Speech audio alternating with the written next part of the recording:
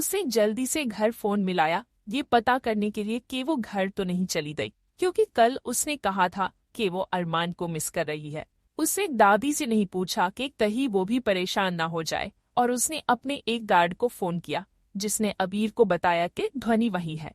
मैंने एक इंसान पर भरोसा किया था। पाखी ने घबरा कर कहा, कहीं किसी ने किडनैप तो नहीं कर लिया?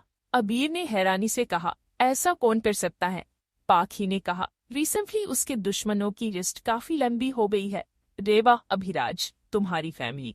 यहाँ लोग तुम्हारे आंसू देखकर नहीं, तुम्हारी ताकत देखकर तुम्हारे पास आते हैं। उसने अपने रिजॉर्ट के बाहर लगे सीसीटीवी कैमरा चेक किए, और वो सब ये देख हैरान रह गए कि वो एक अनजान बुर्केवादी औरत के साथ अपना सामान लेकर कहीं जा रही थी। पाखी ने अबीर से पूछा, क्या तुम इसे जानते हो? तादे। अबीर ने कहा, नहीं, मैं इसे नहीं जानता। पाखी ने कहा, अबीर, मुझे नहीं लगता ध्वनि के साथ कोई जोर जबरदस्ती हुई है, वो खुद अपनी मर्जी से जा रही है और बाहर उतरती है। अबीर ने जल्दी से किसी को फोन मिलाया और ध्वनि के बारे में पूछा। उधर से जवाब आया, सर, उनको एक औरत के साथ आखिरी बार एयरपोर्ट पर देखा गया था। उन्होंने दिल्ली की फ्लाइट पकड़ी थी। पाखी ने कहा, अबीर, भले ही ये अपनी मर्जी से जा रही है, पर मुझे लगता है कि ध्वनि हमसे छुपकर कहीं भाग गई है। पर क्यों? अबीर उसे जवाब देने की हालत में नहीं था। वो कभी ध्वनि के घर फोन करता, कभी उसकी दोस्त दिव्या के पास, पर कहीं से कोई पॉजिटिव जवाब नहीं आ रहा था। अबीर को पता था कि वो उसे छोड़कर जा चुकी है। अबीर ने अपने बालों को जोर से पकड़ा और जमीन पर बैठकर अपने बाल पकड़ चिनाया।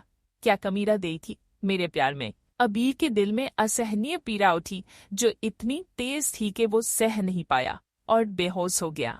पाखी उसे ऐसे देख हैरान रहे।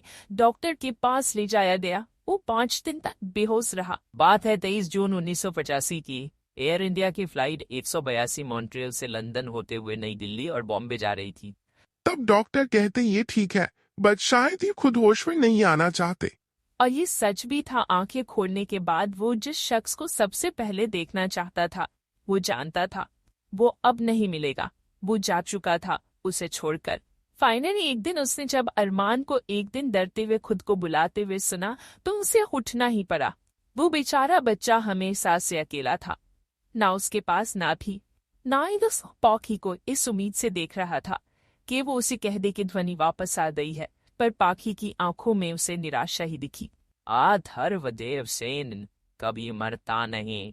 लॉ सोहन ने ऑफिस में खाकर, जब हमारे नए डिजाइन के लिए रैंप वॉक होगी तो काफी इम्पोर्टेंट इंसान यहाँ होगा। उसे इम्प्रेस कर देना ताकि आपको अच्छा बोनस मिले। सब खुश थे और सोच रहे थे वो खास इंसान कौन होगा।